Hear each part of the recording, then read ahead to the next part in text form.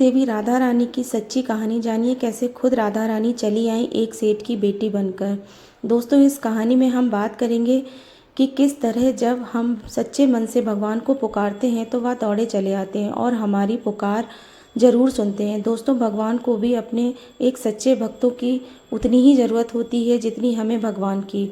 तो आज मैं आपको बताऊंगी कि अगर आपके जीवन में किसी चीज़ का अभाव है तो उसकी जगह भगवान का भाव प्रकट करके आप जीवन में उसकी कमी दूर कर सकते हैं और आपकी परेशानी बहुत जल्दी माफ़ हो जाएगी। तो दोस्तों, आज हम बात करेंगे किस तरह बरसाना गांव में एक सेठ की पुत्री बनकर खुद राधा रानी आई। दोस्तों, एक बार की बात है, बरसाना गांव में एक सेठ रहता था जो बहुत धनी था। उसके 3 पुत्र थे परंतु उसकी कोई पुत्री नहीं थी। कुछ समय पश्चात उसकी पत्नी का देहांत हो गया और सभी पुत्रों की शादी हो गई। सभी पुत्र अपने कार्य में व्यस्त रहने लगे। अपने बच्चों में अपनी पत्नी के साथ सेठ के दिल की बात सुनने वाला कोई नहीं था। सेठ को शुरू से ही इस बात का बहुत दुख था कि उसकी कोई पुत्री नहीं है, लेकिन अब उसकी पत्नी की मृत्यु के बाद उसको यह दुख और भी सताने लगा और वह इस बात को लेकर परेशान रहने लगा कि उसकी कोई पुत्री नहीं है। एक दिन एक महान पंडित उसके घर पर आए और उसे दुखी देखकर उसने पूछा कि तुम्हें किस बात की परेशानी है, तुम क्यों दुखी हो। तो उसने अपना दुख का कारण बताया। पंडित को बताया कि कोई मेरी पुत्री नहीं है, इस वजह से मुझे अपने जीवन में यह अभाव रहता है कि मेरी कोई पुत्री क्यों नहीं है। तो वह पंडित उसको कहता है, लोग यह भी कोई परेशानी की बात है, तुम राधा रानी को अपनी बेटी मान लो। हमारे जीवन में जिस चीज़ की कमी होती है उसको भगवान ही पूरा कर सकते हैं। परेशान होने से क्या होगा, तुम राधा रानी को अपनी बेटी मानो और उससे अपने दिल की बात किया करो, देखना तुम्हें यह अभाव कभी नहीं सताएगा। सेठ को पंडित की यह बात अच्छी लगती है और वह ऐसा ही करता है। राधा रानी की मूर्ति लेकर आता है और प्रतिदिन भोजन करने से पहले राधा रानी को भोग लगाता है। फिर स्वयं भोजन करता है और सोने से पहले राधा रानी के साथ खूब बातें करता है। ऐसे ही करते करते वह दिल से राधा रानी को अपनी बेटी मानने लगा और वह भूल ही गया कि उसकी कोई बेटी नहीं है।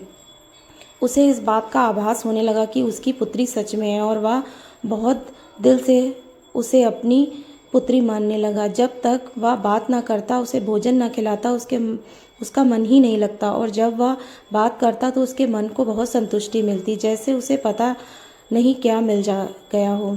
तो दोस्तों, एक दिन सेठ के घर में एक चूड़ी बेचने वाली मरिहारन आती है। वह उसकी बहुओं को चूड़ी पहनाकर जाती है। एक दिन वह चूड़ी बेचने वाली घर पर आई और उसने सेठ के बेटे की तीनों बहुओं को चूड़ी पहनाई। उसके साथ ही जब सेठ की बहुएं चूड़ी पहनकर चली गईं तो उसके सामने एक और कन्या आई और उसने कहा कि मुझे भी चूड़ी पहना दो। चूड़ी वाली ने सोचा कि शायद सेठ के घर पे कोई मेहमान आई है, तो उसने उसको भी चूड़ी पहना दी। उसके बाद वह चूड़ी वाली सेठ से पैसे मांगने दुकान पर पहुंची और बोली कि चूड़ी के पैसे दे दो, और उसने पहले से अधिक पैसे मांगे। तो सेठ ने कहा कि तुमने चूड़ी का दाम बढ़ा दिया है क्या। उसने कहा, नहीं, मैंने चूड़ी का दाम तो नहीं बढ़ाया, परंतु मैं 4 को चूड़ी पहनाकर आई हूँ। उसने कहा, मेरे घर पर तो 3 ही बहुएं हैं। तो उसने कहा, मैंने आज 4 को चूड़ी पहनाई है। सेठ ने कहा कि तुमसे कोई गलती हुई है, मेरे घर पर तो चूड़ी पहनने के लिए मेरी सिर्फ 3 बहुएं हैं। तो उसने 3 के पैसे चूड़ी वाली को दे दिए और चूड़ी वाली भी बिना कुछ कहे पैसे लेकर अपने घर चली गई। रात को सेठ घर आया और हमेशा की तरह राधा रानी को भोग लगाकर खूब सारी बातें करी, सो गया। उस दिन रात को सेठ के सपने में राधा रानी आई और कहने लगी, बाबा, तुमने चूड़ी वाले को मेरे चूड़ी के पैसे क्यों नहीं दिए। जब तुम मुझे अपनी बेटी मानते हो तो तुमने मेरी चूड़ी के पैसे क्यों नहीं दिए। और ऐसा कहकर एक लाडली बेटी की तरह रोने लगी।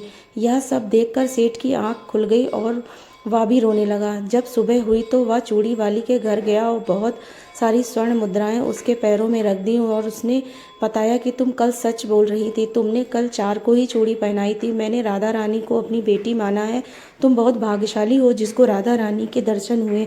मैं इतने दिनों से उसके दर्शन को तड़प रहा हूँ और तुमने एक बार में ही उसके दर्शन कर लिए। यह बोलकर रोने लगा और बोला कि तुम्हें चूड़ी का जो भी दाम चाहिए मुझसे मांग लो।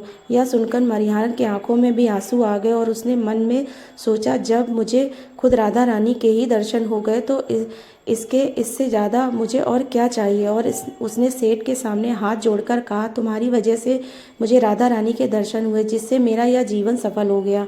मुझे कुछ नहीं चाहिए। तो दोस्तों देखा, जब हम भगवान को दिल से पुकारते हैं तो उनकी पूजा अर्चना करते हैं तो वह कैसे हमारे पास दौड़े चले आते हैं। आशा करती हूँ कि आपको यह कहानी बहुत अच्छी लगी होगी और आप भी अगर किसी वस्तु को लेकर परेशान हैं तो भगवान से प्रार्थना कर सकते हैं, वह आपकी प्रार्थना जरूर सुनेंगे। दोस्तों बड़े बड़े कहते हैं, भक्त के बस में भगवान, ये बात बिल्कुल सच है। अगर हम दिल से उसको मानते हैं तो भगवान हमारे हमेशा साथ रहते हैं और हर काम में हमारा हाथ बटाते हैं।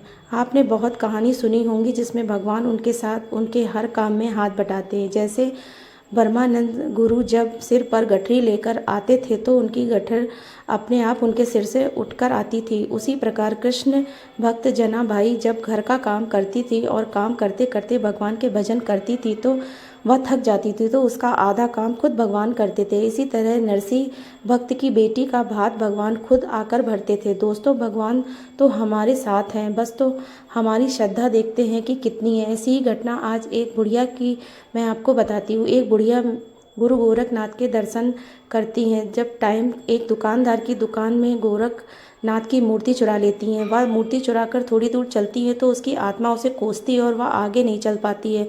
वह वापस दुकानदार के पास आती है और कहती है कि बेटा मुझे माफ़ कर दो, मैंने तेरी यह मूर्ति चुरा ली।